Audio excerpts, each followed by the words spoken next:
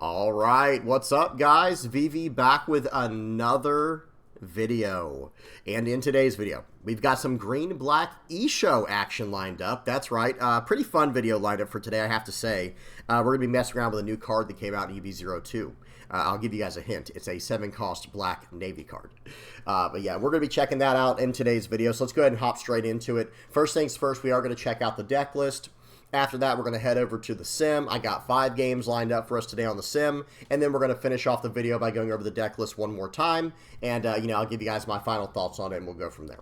Okay, so as usual, I'll have everything time-stamped in the general description, and I'll have all relevant deck lists and links and stuff like that in the comments section below.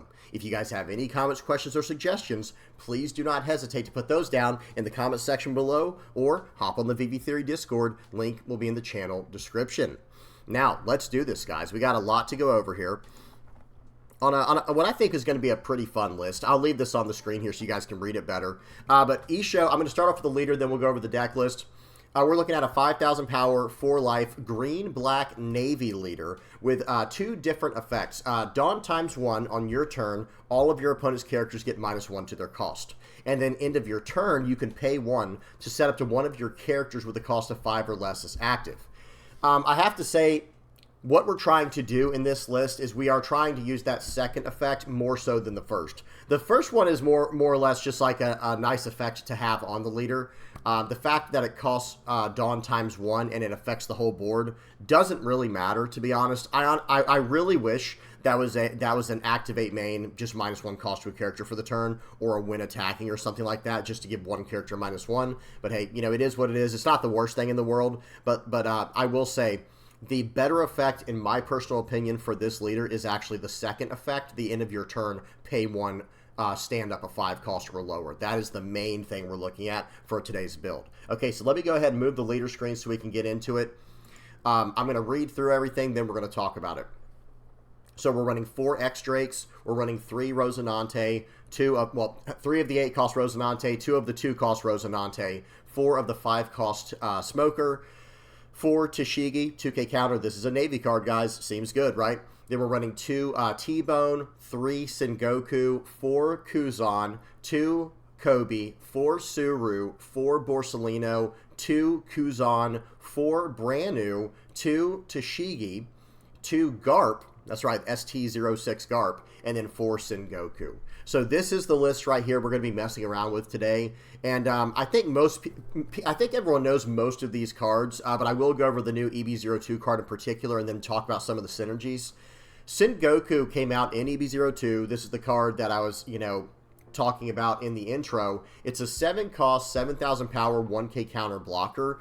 All of that is already pretty decent, and then it has an on-play effect to go to play one black navy character with a cost of 4 or less from your trash rested. So the primary targets we're going to be looking for are, of course, Kuzan, Borsalino, and potentially Kobe. If we need just card advantage, we can play out the brand new. But the main cards we're looking for, and I guess even technically Sengoku, if we can get this from the trash. Trashing 2 black navy cards from hand to draw 3, that could be good as well. But I have to say the main targets you're going for, at least when I was playtesting it, I was always going for Kuzan or Borsalino. I feel like that's the excuse me, I feel like that's the biggest bang for my buck, so to speak, that I can get from Sengoku's effect. Very, very powerful. And here's the thing that makes it so strong is on an 8 Dawn or higher turn, we can play out the Sengoku, and then we can stand up the character at the end of turn with our leader's effect. So it gets around, it gets around the on plays downside, playing the card out rested. We can actually use our leader effect to stand whatever it is up at the end of turn if we have 1 Dawn left at the end of the turn. So that's kind of the main idea there. Now, we are running like this miniature package in here of Rosinante, where it's an 8-cost, 8,000 power Navy searchable character, and it has on your opponent's turn, if this character is rested, your active characters with an original cost of 5 cannot be KO'd by effects.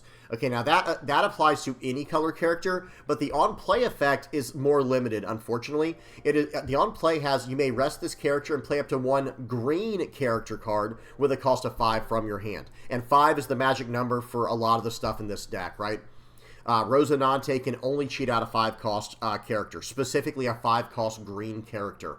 And then our leader can stand up a 5-cost or lower character. So in this deck, we actually can get a lot of value out of a card like Smoker, standing up 1 Dawn and using that at the end of turn with our leader effect. We swing it for 7 with Banish. We can stand it up with our leader effect end of turn.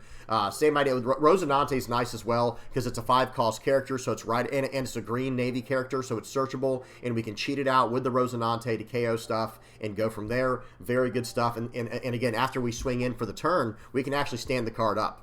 Right, we can stand this card up back and set it back as active, and then our opponent can't really deal with it very easily. And if we have Rosinante down, they can't even KO it if it's active, right? If this character is rested, your active characters with an original cost of 5 cannot be KO'd by effects. So very powerful card here, and hopefully it's starting to come together. You know, hopefully you guys are starting to see it a little bit. I have 2 ways to kind of flood the board with this deck. We have the 8-cost Rosinante and the 7-cost Sengoku. And that's the main idea I'm going for here. I really hate that you can't play out black characters with a cost of 5 with this card. I'm not going to go down that whole spiel right now. You know, this whole thing, I'm going to say just briefly, you know, the whole benefit of having a green-black leader, they have, you know, Bandai has deemed it so powerful that we have to only have 4 life, right? Like, yeah, but you can include cards from both color pools. Yeah, but when some of the cards are like this, where I can't even protect my or cheat out my other cards, or in the case of Tashigi, I can only protect green cards, it really takes away, I feel like it really takes away the power of having a dual-colored leader. You know what I mean? It's like, yeah, I have access to 2 different color pools, which is not bad, but at the same time, I lose a whole entire life in the process to not even have the full benefit of having dual colors, right? Like, this card can't even cheat out a black character. Right, it can't even do that. This card can't even protect my black characters. It's a little bit annoying. I'm not going to rant too much about that right now. That's a story for another day, or you know, that's a tangent, a whole entire rant for another video. But here's the list, guys. I will say, if you establish a Kuzan, you are really going to start smoking whatever they put down. You know, we have a decent amount of removal in this deck, especially if we can get Garp to stick. This is like one of the cards in the deck that I might even go up to like 3 or 4 of, because if he sits on the board for 1 turn and your opponent doesn't have some type of removal, you can just stand him at the end of your turn every single time with your leader's effect.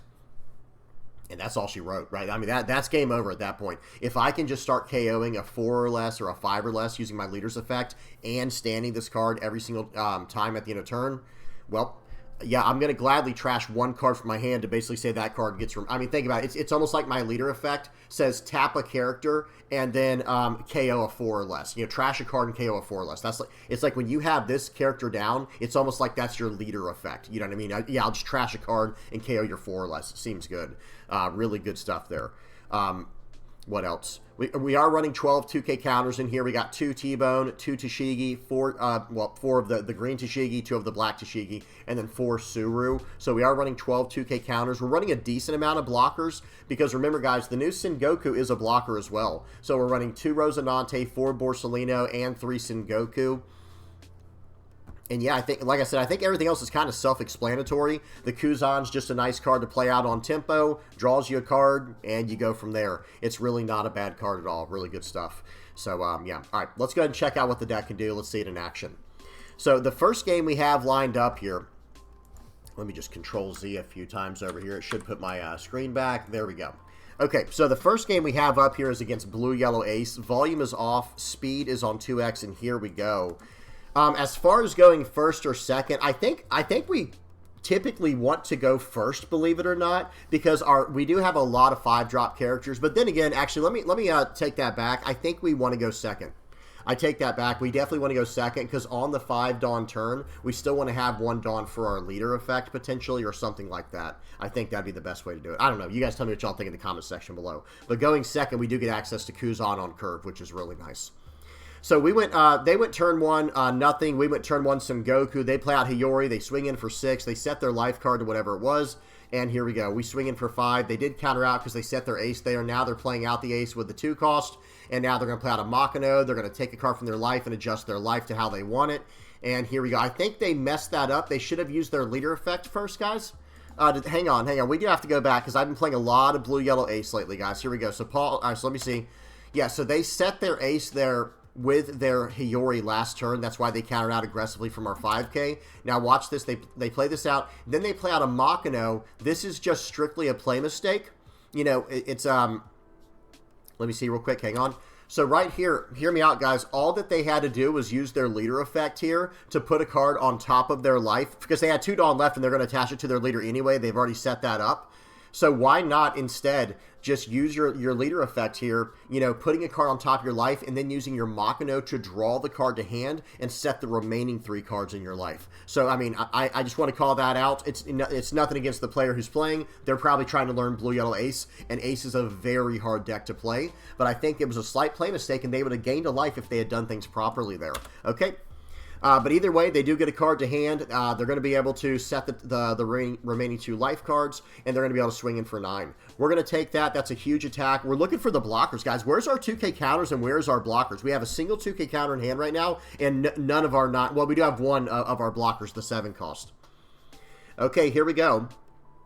We're on a 6 Dawn turn, so we're going to swing for 5 into 7 just to get -4 off. They can ignore this attack. They don't have to counter. They just need to pass. Yep. And now here we go. We are going to try to remove this ace here if we can.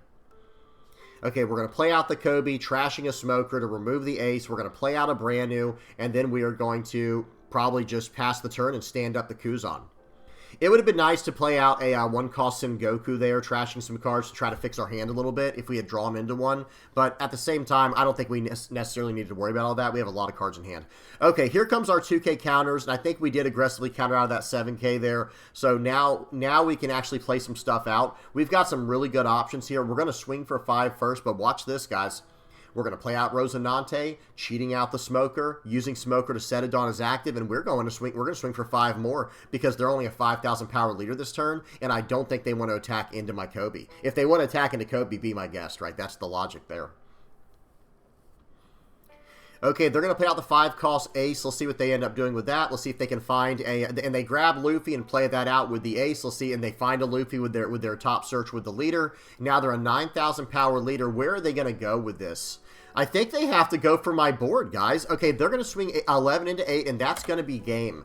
Okay, yeah, first of all, their hand is very bricked, but the biggest problem is I can actually just kind of go for lethal next turn because they don't have a blocker. They will be a 7,000 power leader, but after I swing in for 9 and 9 with my Smoker and Rosinante, one of those is going through, and then the other one is going to take the cards out of hand, right? So it's like, you know, from there on, I don't know if I'd have actually gone for lethal, by the way, because if I swing for 9 and 9, that would cost me 3 Dawn.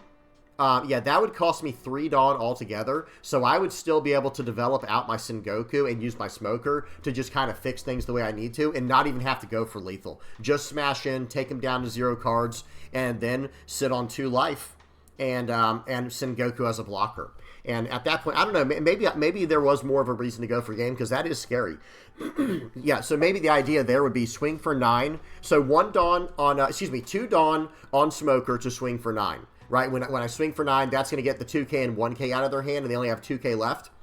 Then I can attach 1 Dawn to my Rosinante to swing for 9. They're going to take that because they have to.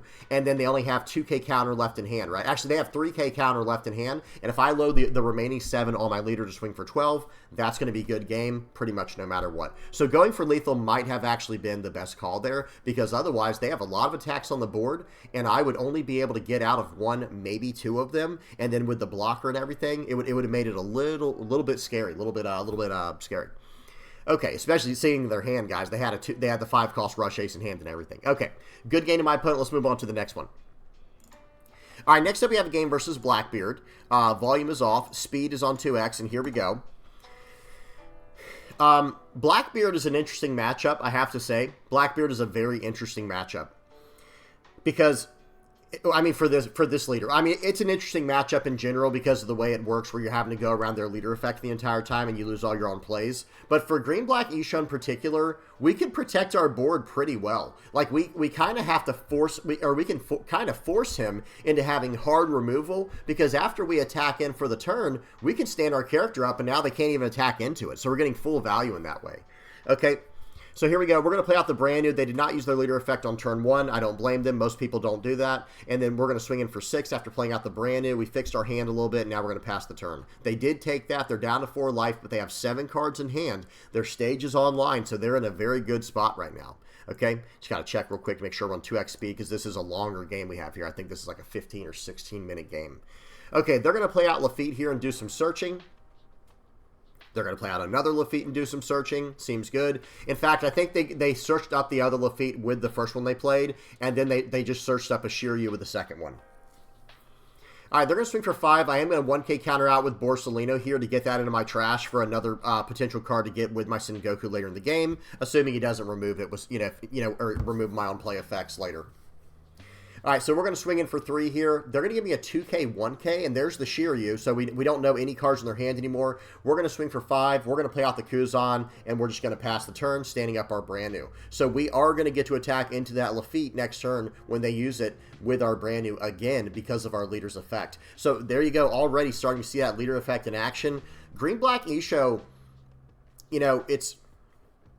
I don't know how to say it. I think the number one thing that is missing from Green-Black Issho is actually the fact that he's a 4-life leader. I don't mean to keep harping on that, guys. I really think that is the only thing missing from this leader. Like, that leader effect is actually very good, right? I don't have anything bad to say about the leader effect. I get to stand up one of my characters at the end of the turn every single time for 1 Dawn.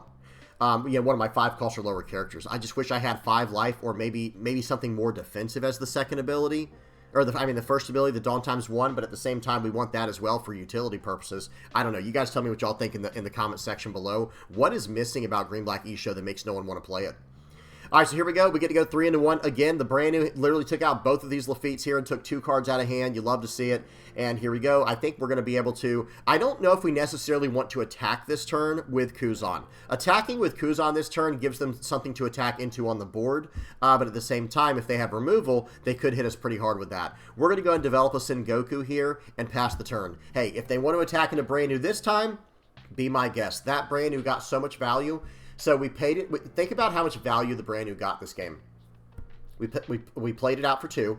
We drew a card right away, so it immediately replaced itself on the board right on turn 1, right? Right on turn 1 when we played it, because I think we went second, right? No, we went first, actually, but whatever the case is, when we played it, we drew a card, and it replaced itself and paid for itself right away. Then it attacked into a Lafitte that got a 2K, 1K out of our opponent's hands, and then it attacked into another Lafitte, KOing that card, and now they're swinging in for 6, and it worked as a 2K counter that would have gone into our life.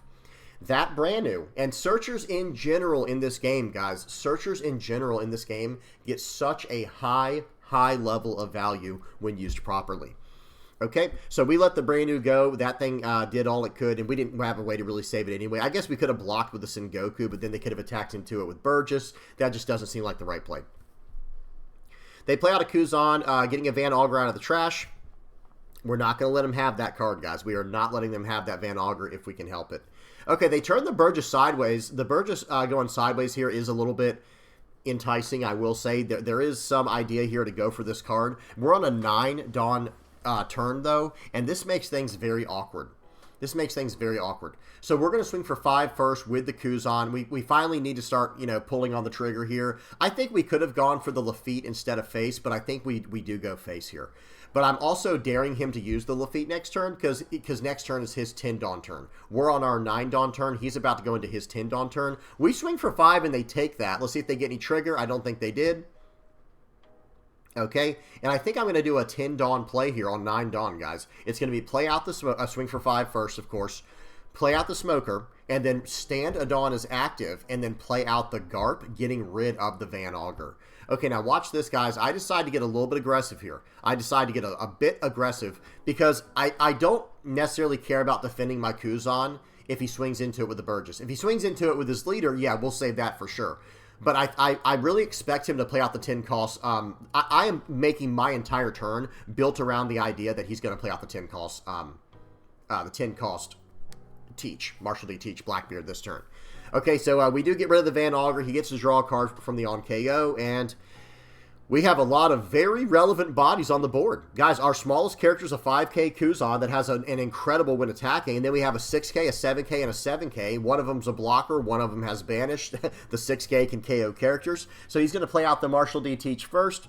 And he's going to lock down my Smoker, which I'm not going to lie, that was a really hard decision. Which card would you guys have locked down with the Marshall D Teach effect? Getting that extra 1 active Dawn every turn for the Smoker and turning off my attack, basically turning off my banish for the turn, that was a pretty good play because you guys see what's in my hand, right? You guys already see what's in my hand. All right, we're going to 1K counter out of that. Now he gets to KO whatever he wants to with the Burgess. What does he want to get rid of? We're not going to save whatever it is.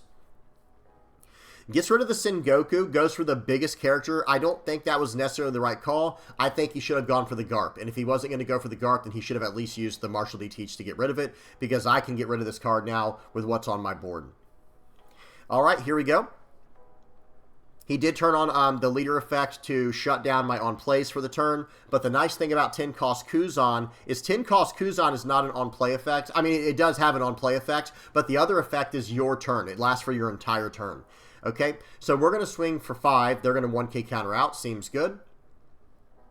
So now we're going to get rid of this this Marshall D Teach. I was swinging first to see if he'd block with it, but he didn't. So now we're going to go ahead and get rid of it. And with playing out the Kuzan and tapping the Garp to KO a 4 or less, because it ended up being a 1-cost character after swinging with the Kuzan. Seems good. Now we're going to swing in for 5. Let's see if they want to take this. Oof, that hurts, guys. Taking a 5K hit at this stage of the game. We're still at 3 life, and we have 2 blockers in hand. 2 very relevant blockers, by the way. One cannot be KO'd by effects, and the other one is a 7-cost, 7,000 power blocker that could potentially give me some cards in hand if he doesn't turn off my on-plays for the turn. They're going to follow up with their second Marshall D Teach here, but here's the thing. They're still stuck in this position of, like, how do they get rid of this, you know, they have to get rid of my Garp and my Kuzan simultaneously, or I can just keep getting rid of their Marshall D Teaches. Okay, so they go ahead and attack in. We do take that. They get rid of my Kuzan with their Burgess. That was a good play, but the Garp is the real threat, right? The Garp is the card that can remove what they have. Here we go. Or the Kuzan. Actually, it's hard to say, but I know they're in a lot of trouble now, guys. We're just going to attach 1 Dawn to our leader, and we're going to swing for 9, swing for 11, and that's game. I think that's game. I think I remember something they drew for the turn, guys, when I was checking their Full of Lead or Hachinosa Island, their stage card, and I said, okay, swing 9, swing 11. I was 100% sure this was going to get through. I think I had seen like a 1K counter or something. Yeah, I think I'd seen a Burgess. So I pretty much knew there was no way they were going to get out of it. You know what I mean? Hopefully that made sense. Whatever the case was, I in my mind, I guess I had exact lethal because I swung for 9 and then 11. Maybe, I guess another option was I was actually just going to be able to play out a blocker for the turn if it didn't go through. I'm not 100% sure anymore, to be honest with you. But hey, whatever the case is, we got there. We'll take it every time. We could have also played something super defensively by just going into the board because that was a 12,000. That was a 12,000 power Burgess. We could have loaded everything on our Kuzan and smashed into that and tried to go for that. But whatever, you know, we got there in the end. Good stuff. That was a fun one. All right, next up we got a game versus Green Jewelry Bonney. Volume is off. Speed is on 2x. Here we go. Jewelry Bonney is actually, you know, anything that's green we have a decent matchup into. Like green purple Luffy, maybe not so much just because of how aggressive it is. I have to do more testing to see about green purple Luffy. But I think generally speaking, anything green, we have a pretty decent match into them. Okay, I mean, I feel like our leader in particular, like, just counters everything Bonney is doing, right? Like, they're resting our character, we'll stand it up at the end of turn. Okay, you know, they're trying to develop bodies, we're trying to remove bodies, right? And we're not even attacking into their face, we'll just go full starve mode. We'll just fully starve them. So they're going to swing in for 6 here. We'll give them a 2K. We don't want to go too low in life too early because we need time to set up these big characters. Okay, we're going to go and attach a Dawn to our leader, -1 cost to the field. Play out the Garp, trashing a card from hand. I think we're going to get rid of this X-Drake. Yep, and then we're going to get rid of that card, and we're just not going to swing. We're just going to pass. We're just going to pass the turn, and now our Garp is safe, you know, because now we can protect it with our Rosinante. So they're going to swing for 5 in a Rosinante. Seems good. They did rest down our blocker with that Scratchman of Pooh. They play out a Cavendish, playing out a Rosinante. They have 1 Dawn active, and we're probably just going to rinse and repeat here, guys. We're probably just going to go, okay, you know, do some searching first with Sengoku. Very nice. We got a Kuzan. We got a Tashigi. We got a lot of good stuff there. Attach one Dawn to our leader. We tap down the Garp. Your Cavendish is gone. Let's see if we choose to I think we're going to trash a 2K counter in this situation, guys, believe it or not, because those cards in our hand, they are gas, right? Those cards are absolutely gas. We're going to develop the Tashigi. We'll stand a Dawn as active, I guess. And now I think we're just going to pass and stand up the Garp end of turn. Now they can't hit it with the 9-cost Shanks. They can't do anything about our Garp now.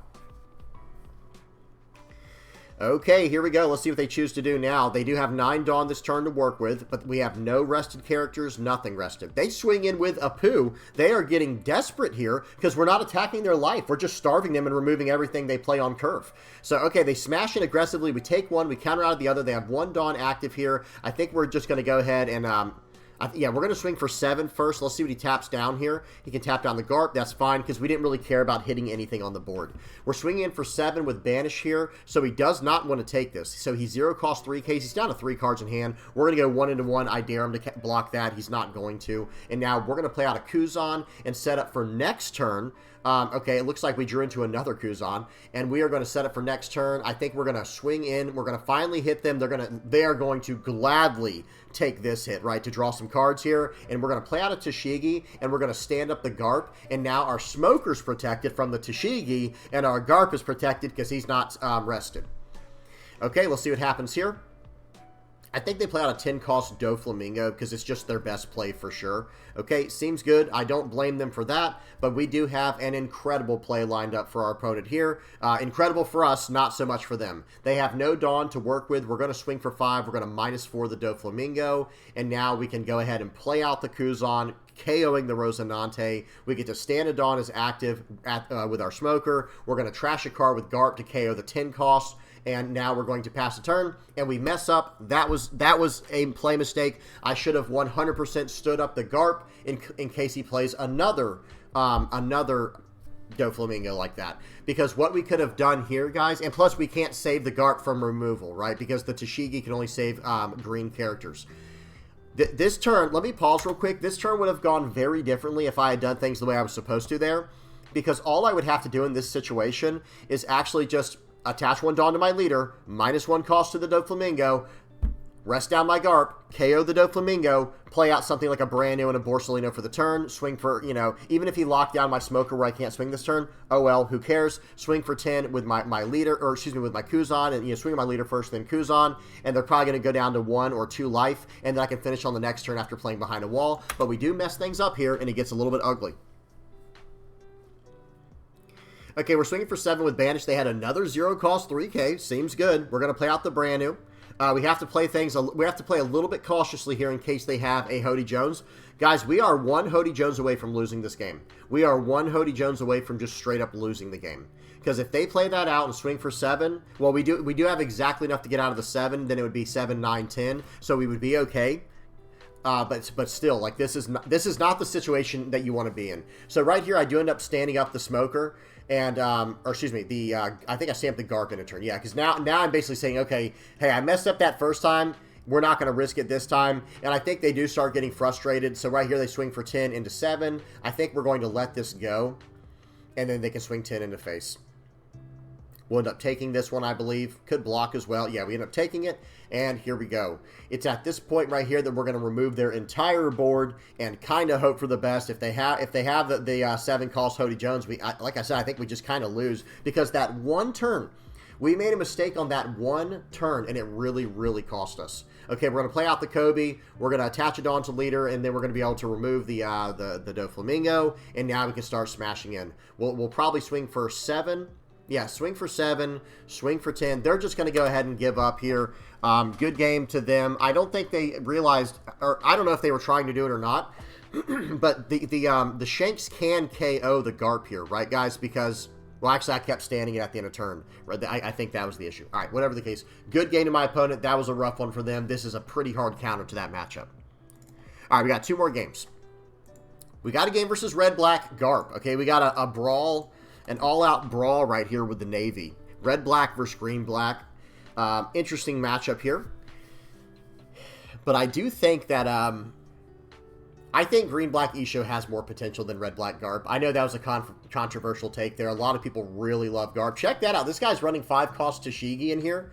I don't hate it. They just don't get the on-play effect, right? I think it's one of the effects they don't get. I think it's the on-play effect. So they're going to swing for 5. We're going to get the Borsalino in the trash so we can pull it back with the Sengoku. And now we're going to play out the Smoker. We're going to stand a Dawn. We're going to swing. Actually, it looks like I might play out the Sengoku here to do some cycling. I really like that. Swing for 5.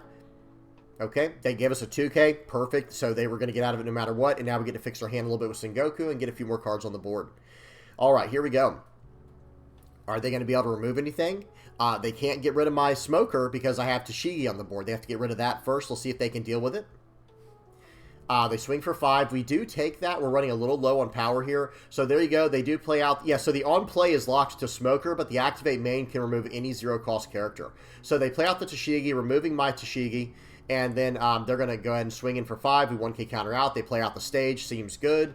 And they're pretty developed, but we're going to just attack into this board now. Okay, we're going to swing 5 into that, 7 into face. Let's see if he gets out of it. Nope, that was banished. That card's gone. We're going to play out the Sengoku now. Very nice. Getting a blocker. Stand a Dawn up in a turn. And now we're going to be able to stand up a character in a turn. I can't decide which one I want to stand up. I think I like the Smoker better. It's like if they want to attack into my Borsalino, yes, that is a... You know, the Borsalino is definitely a smaller target, but at the same time, then he kind of works as a blocker anyway. But I don't know. I think I probably should have stood up the Borsalino, to be honest, because, you know, if they can remove my Smoker, they can remove it with, you know, actual hard removal. But they don't have any removal this turn, so that's okay. They're going to swing in for 7 here. I think we're just going to take this one. Yep, we're going to take this one. We still have a blocker. Let's see what they choose to do. I'm basically calling his bluff here, saying you don't have removal. They're going to swing in for 8. We're going to block in 2K, and here we go. So now I'm standing up, and this turn right here, there is a massive blunder that happens, and it frustrates me to no end. It is what it is here. So I forget to attach a Dawn to my leader before playing out the X-Drake to remove this Tashigi. Okay, just going to spoil it. Watch this. We swing for 7. So what I was going to do this turn... So watch this. Did you see me go to click on it? Whoopsie daisy. Guys, you can only KO a 4 or less with X-Drake and it has to be rested. You know, darn it. The way this turn was supposed to go, this is how the turn was supposed to go. And I do have a backup play, luckily, but that was purely by chance. This turn was supposed to be attach 1 Dawn to my Tashigi, right?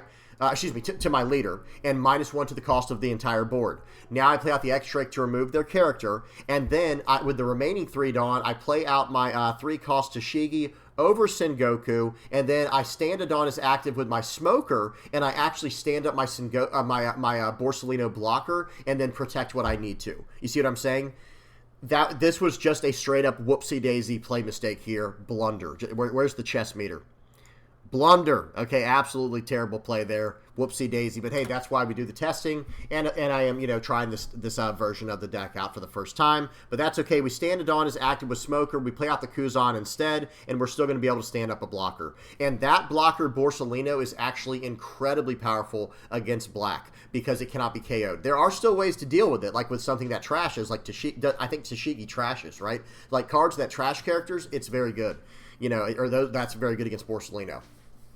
But generally speaking, most of black's removal is KO based. Okay, so here we go. What are they going to do? It looks like they're probably going to use this Garp here to remove my Smoker. Seems good. They wouldn't have been able to do that if I was able to stand things up this turn and play out the Tashigi according to my normal plan.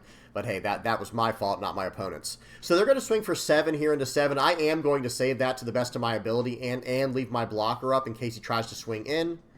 He's going to go ahead and remove it with the Garp there. Very nice. And now they're going to swing for 7.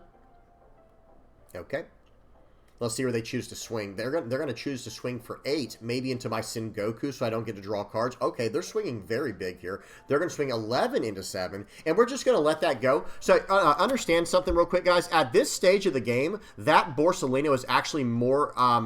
like advantageous to me. Like having that Borsalino is of a larger benefit to me than having the Sengoku. The Borsalino cannot be KO'd. Now, yes, it can still be trashed, like I was saying, or potentially rested down or something like that if they have an effect like that. But the idea is this. They have to go up over bigger hoops and bounds just to get rid of that card. That's the number one thing. The second thing is I can still attack with Borsalino every turn and stand at the end of the turn with my leader's effect. I can't do that with the 7-cost Sengoku.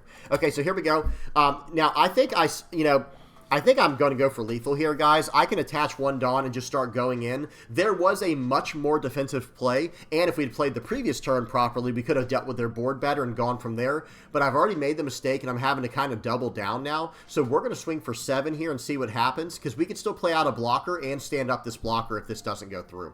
If they had a 2K, 1K here, now they don't, so we're going to go all in. So if they had a 2K, 1K in that situation, we actually would have just played out the Borsellino, swung for 5 with our leader, right? And then just stand our Borsellino at the end of turn where we have 2 blockers, we have 2 life. They only have 3 major attacks. We do have a 2K, 1K, or we have a 2K in hand, and we had a 1K, 1K coming out of life. I think we would have been able to just get by with the double blocker, double life with only 4 attacks on the board. But they did have the Luffy coming, so that... It was a lot closer than it should have been, let me tell you that right now. If I had just not messed up the KO from the X-Drake on the turn before, this would not have been an issue, right?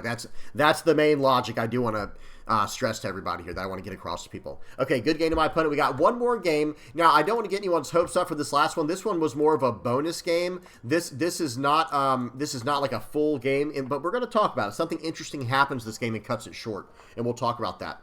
Sequencing is a very big deal in the game of One Piece. Okay, so we got a game versus Green Purple Lim. They're going to play out double 1-cost limbs here. That's a nightmare. That's a nightmare for me. So now they get to stand up everything, every single turn, no matter what. Very frustrating. Very, very frustrating. They're going to swing in for 0 with the first one so they can use their own play effects that require you to have 2 or more rested characters like this Enel, draw 3, trash 2, and they're going to be able to stand both up in a turn, and they're going to be able to swing in for 6 right here to finish off their turn with their leader effect. Okay, volume is off. I just want to make sure, yeah, and the speed's on 2x. They're going to swing for 6 here. I don't want to go too low, but at the same time, I can't just give them my entire hand, right? We have to wait for later to get around all that. We're going to play out the Smoker here, swing for 6. They aggressively take it. That was a very aggressive take there this early on for Green Purple Lim with that many cards in their hand. Like, I countered out of the first one. That's why I took the second hit to begin with. Like, I countered out of the first one, so we just, we did what we had to do there. And I was searching for more removal potentially to get around some of these cards on the board, and I'm not finding it. So it was a desperation tactic in this situation. That's why I took the life. But at the same time, I need the answers. I'm very surprised they chose to not 2K counter out of that. But who knows? They might be building up for later in the game. They're going to swing for 5 here. We are going to respect that attack and get out of it. They're going to swing for 7 and take that hit. So here we go. We're down to 2 life already, and their board is looking very strong. The 2 1-cost cards don't matter that much to me anymore, but they did help them get to this point in the game very in a very healthy way, right? In a very powerful or like a very consistent way, however you want to say that. Yeah, they're doing very well. Let me say that. It was all because of those 1-cost cards not allowing me to attack in to that 5-cost Enel, because that would have really messed their hand up at that point. Okay, so we had a very big play there. We stand a Dawn up with Smoker. We were able to get out like 8 Dawns worth of stuff that turn on just 7. Seems good. We have 2 Smokers. They're in a little bit of trouble. Here we go. Okay, pause. We got a mistake that just happened. We have a play mistake that just happened. What happened, guys? Can y'all see it? Whose eye is keen enough to see what just happened? Guys, analyze the board state. Just understand that it is my opponent's turn. I'm going to go back to the beginning of their turn. Okay? When they untap for the turn, watch what happens. Let's see who can pick up on this. I play out the Rosinante. I stand the Smoker. So here we go. This is the beginning of their turn. I'm going to pause as soon as something happens. Okay, let's see if you guys notice the difference. Pause. What happened? What's the only difference on their board? And then do some, deductive, some deductive reasoning, to try to see what, process of elimination here. They rested 3 Dawn. So what are they trying to play out this turn? Well, whatever it is, it doesn't even matter, because every on-play effect that they have, every on-play effect that a Lim has will only resolve if you have 2 or more rested characters. I think some are even 3 or more rested, like with the when attacking effect from Sabo. So watch what happens here. They do a massive blunder. They did not swing with their 0-cost characters just yet, or even their 5-cost Lim. They didn't swing with anything yet. That's the problem. And watch this. They're gonna take a second, and then they're just gonna leave. Now, don't get me wrong. I don't think they should have left there, because they could have just played out the Rosinante. They could have played, excuse me, not the Rosinante, the Doflamingo. They could have just played out the 5-cost Doflamingo and then play out the Marshall D. Teach. Marshall, what am I talking about, guys? I'm all over the place today. The Edward Newgate. So the play here should have been play out the Doflamingo. Since they they already messed up. They should have done things very differently, obviously. Like, what they should have done is swing 5 with their Lim first to get a rested character into play. And then I was going to 1K counter out, of course. Then they were going to play out the Edward Newgate to rest one of my blockers just to remove it.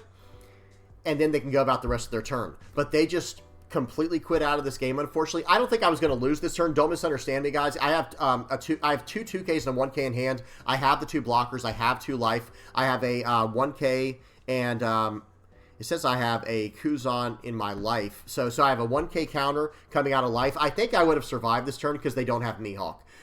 Yeah, they don't have a Mihawk coming at all, but they quit because they messed up with the sequencing. Again, I didn't want to. I wanted this to just be a bonus game. I should have said I had 4 4 games today and 1 bonus one, because I just wanted to see if you guys could pick up on the slight play mistake there and the logic behind why they left. I'm not saying it's good logic. They should have stayed in because all they had to do this turn. Okay, I think I see what they were trying to do. They probably wanted to play out the Portgosti Ace as well to rest my other blocker and try to go for lethal. So let's play out what they were trying to do here. So first of all, they needed to swing for 5 with Lim, the 3 cost character. Okay, swing 5 with Lim. I do respect that attack with the 1K every time. Okay, I'm not blocking knowing their hand now. I'm not going to cheat and say, like, oh yeah, actually I would have blocked this one to get around their double blocker effect. No, I'm going to respect that attack because that is the right play in this situation. I'm going to 1K counter out of that. Okay, they still have 3 attacks left of the turn. What they should have done then was play out the Edward Newgate for 5.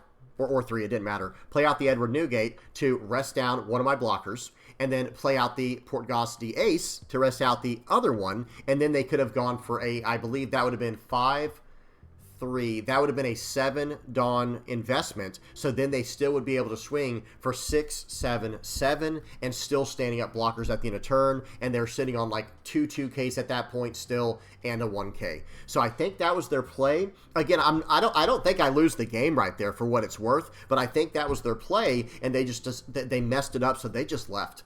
Unfortunate. I wish they hadn't left when they did, because I think that was still going to be a pretty good game. I think I was going to be pretty deadly going into next turn, to be honest, because I would be going into my 9 Dawn turn. So I guess I wouldn't be on 10 Dawn yet to play out the Kuzan. But yeah, whatever the case, good game to my opponent. I think they still could have won that one, even with that play mistake, because they could have.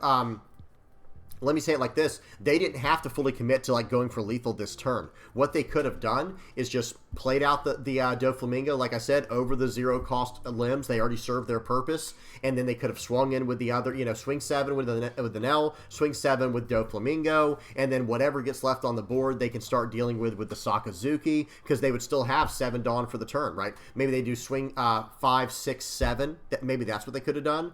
And then played out the Sakazuki to try to get rid of one of my smokers. Because remember, guys, Rosinante can only protect a rested character. Okay, so something to take into consideration.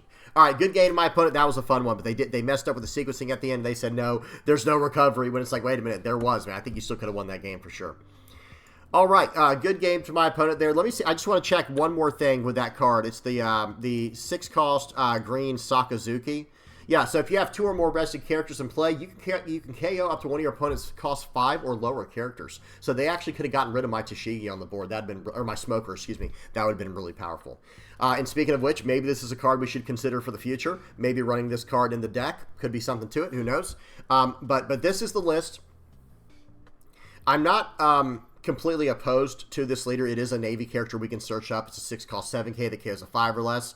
But I don't like that. I don't like that condition when you're playing outside of Odyssey, because I think it's a little too hard to always get that off. You might not have a good enough board. It depends what you're playing against. And we don't have enough cycle to really justify running it. But let me talk about that now. So some possible additions. There's a 3, 4, 5 card inclusion we need to consider in this deck. Let me go to, and they're all black cards.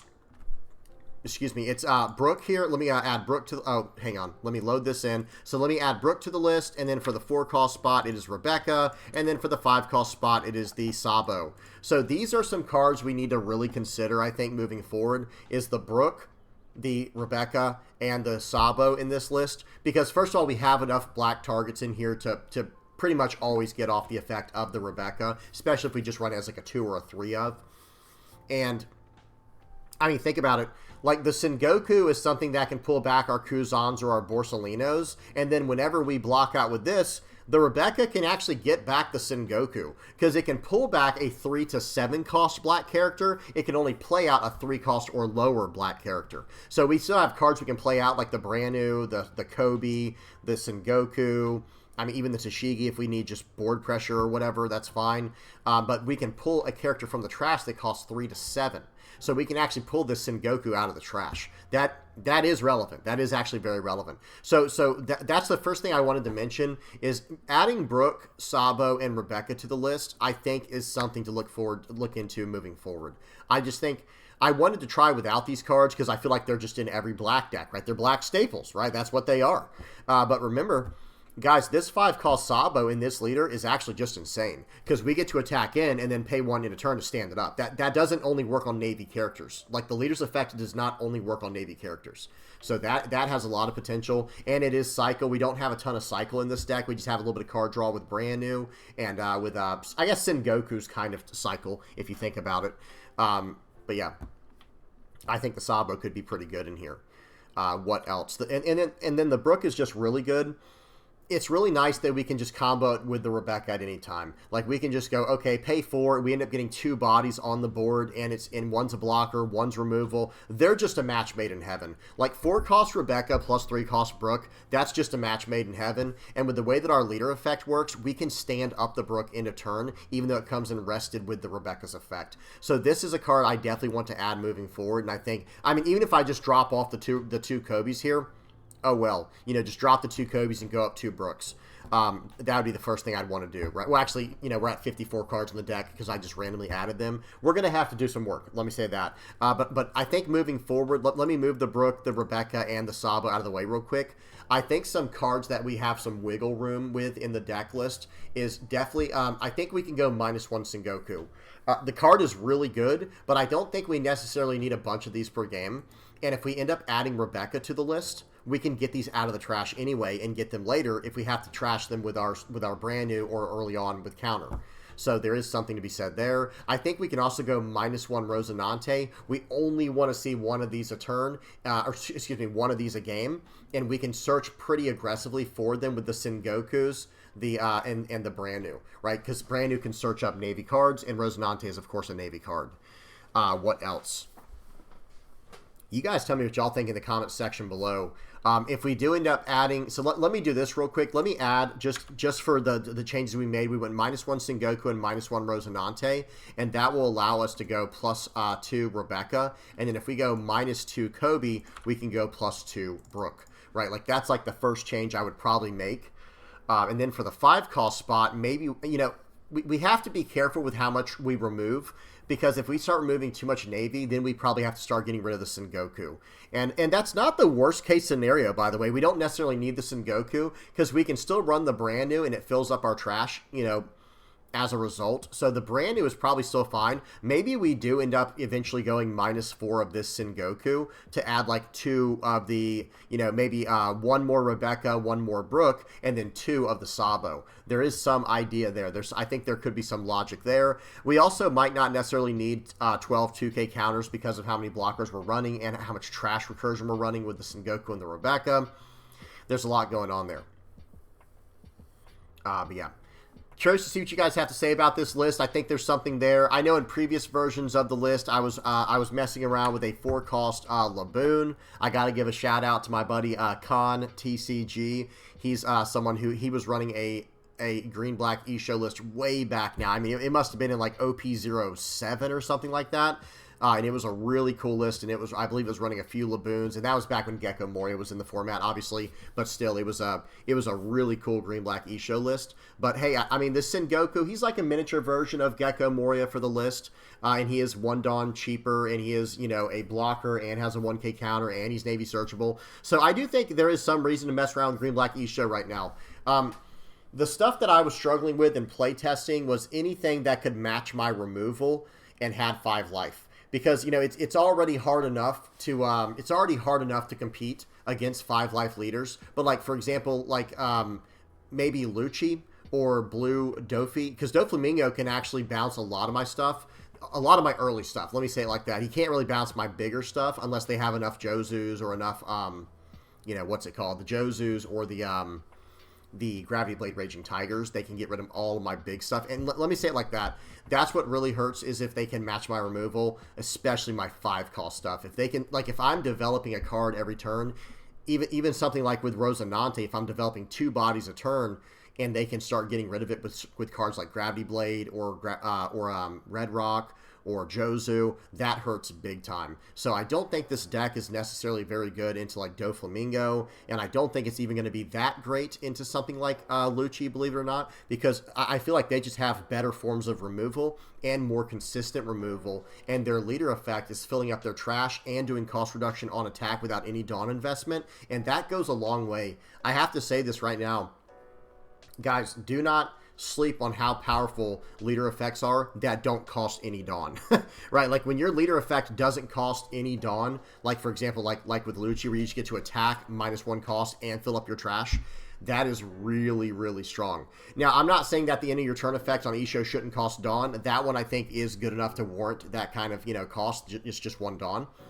But the second or the first effect that Issho has, man, I need it to be free. I need it to be almost like how Perona's is, where it's like, okay, yeah, you just, you know, choose that for the turn and -1 it or something. I don't know. Maybe, who knows? Maybe I'm thinking too much about it, because it is a powerful effect. I'm not saying it's not. -1 cost to the whole board, that is much better than just a -1 to a single character. But I would almost rather it be -1 to a single character instead of -1 to the whole board by having to attach 1 Dawn, because there is no board clear effect in my deck, right? I'm not running any card that hits multiple targets like Lucci or something, and I don't think I can work that into the list.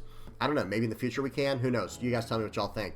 But we don't really have any effect in here that can just start ripping the board up, you know, and taking advantage of that Dawn ×1 effect. It almost always ends up just being Dawn ×1, -1 to a single character, the only one that I can hit for the turn with my effect. So yeah.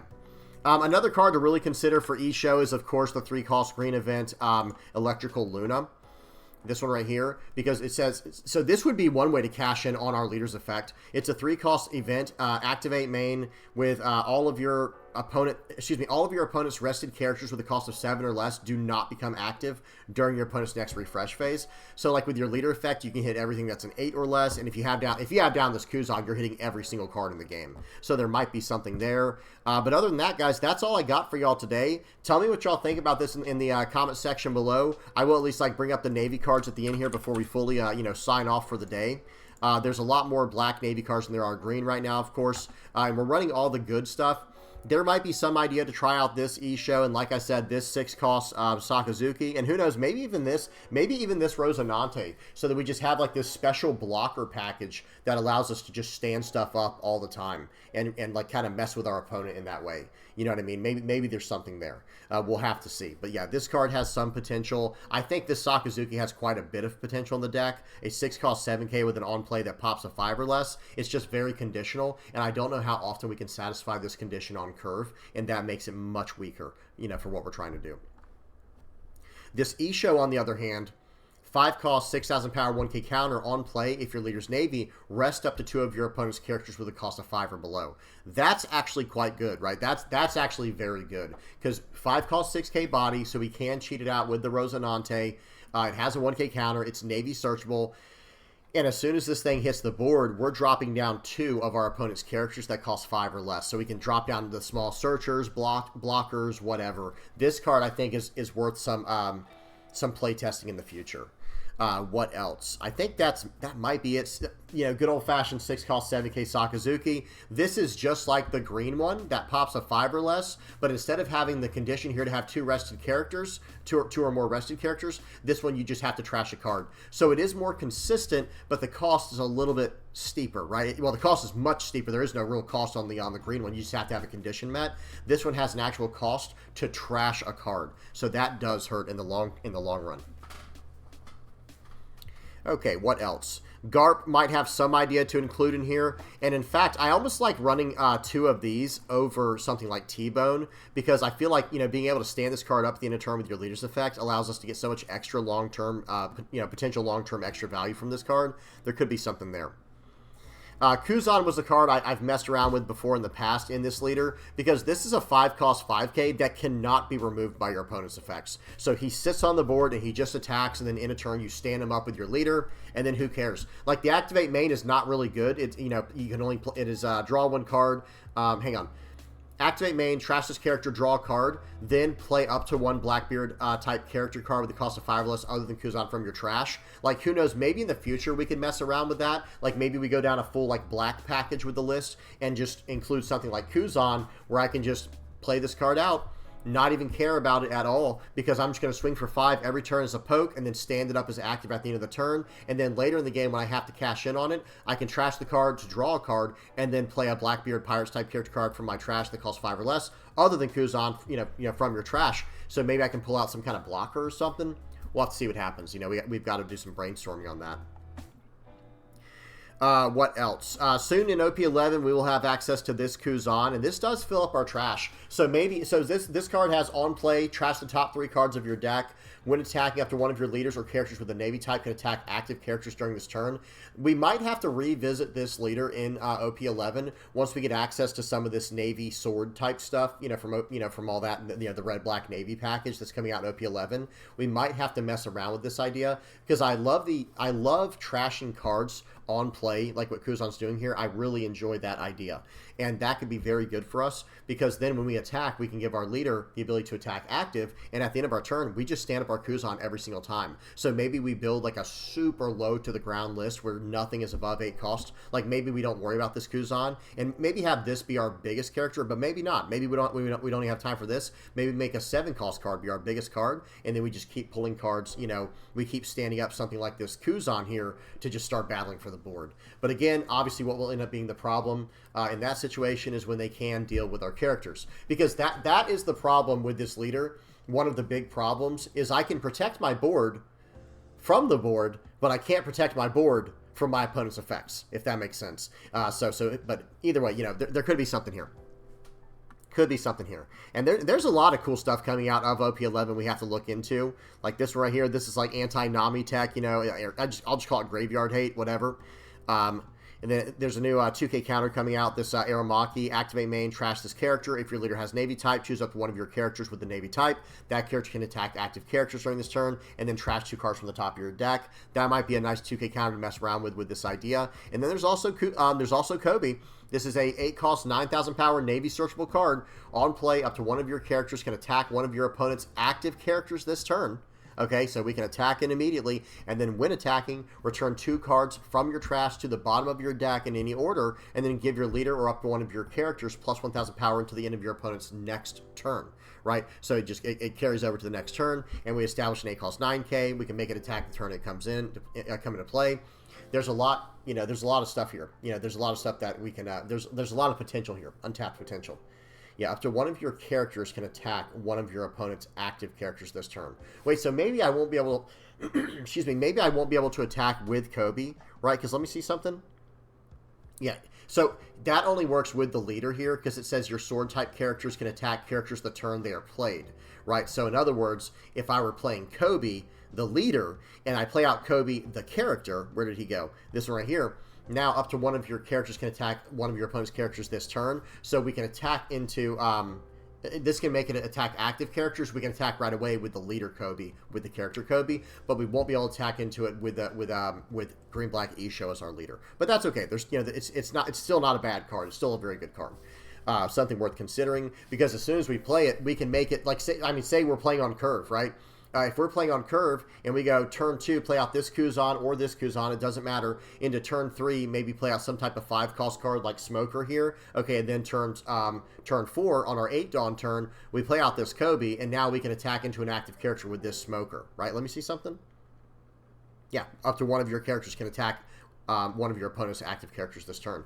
One thing that's interesting to note about this Kobe character here is this is not like a leader locked or type locked card at all. This is an 8-cost 9,000 power character, which is well statted, and then on play it can target any character and allow it to attack into active characters. And then the when attacking just says return 2 cards from your trash to the bottom of your deck in any order, and then give your leader or up to one of your characters plus 1,000 power until the end of your opponent's next turn. So there's really just no downside to what this card's doing.